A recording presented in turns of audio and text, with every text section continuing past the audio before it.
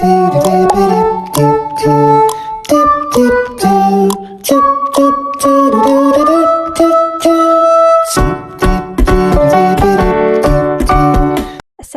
warahmatullahi wabarakatuh. Nama saya Nur Amali Najwa binti Syamuddin. Saya merupakan pelajar Bahasa Melayu 3, PPSMP ambilan Ogos 2025-2030. Saya tinggal di Kampung Mengambat Lipat, Kuala Neris, Terengganu. Saya merupakan anak pertama dari 2 orang adik-beradik. Ibu saya merupakan suri rumah manakala ayah saya bekerja sendiri. Sebelum memasuki IPG, saya merupakan alumni daripada Sekolah Menengah Kebahasaan Kompleks Mengambat Lipat dan memperoleh 5A dalam keputusan SPM pada tahun 2024.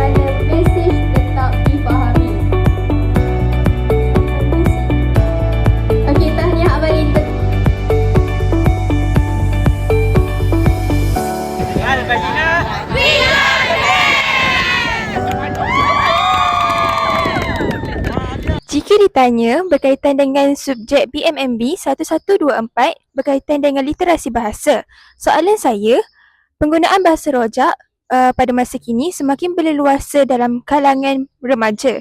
Jadi, apakah kesan terhadap literasi bahasa?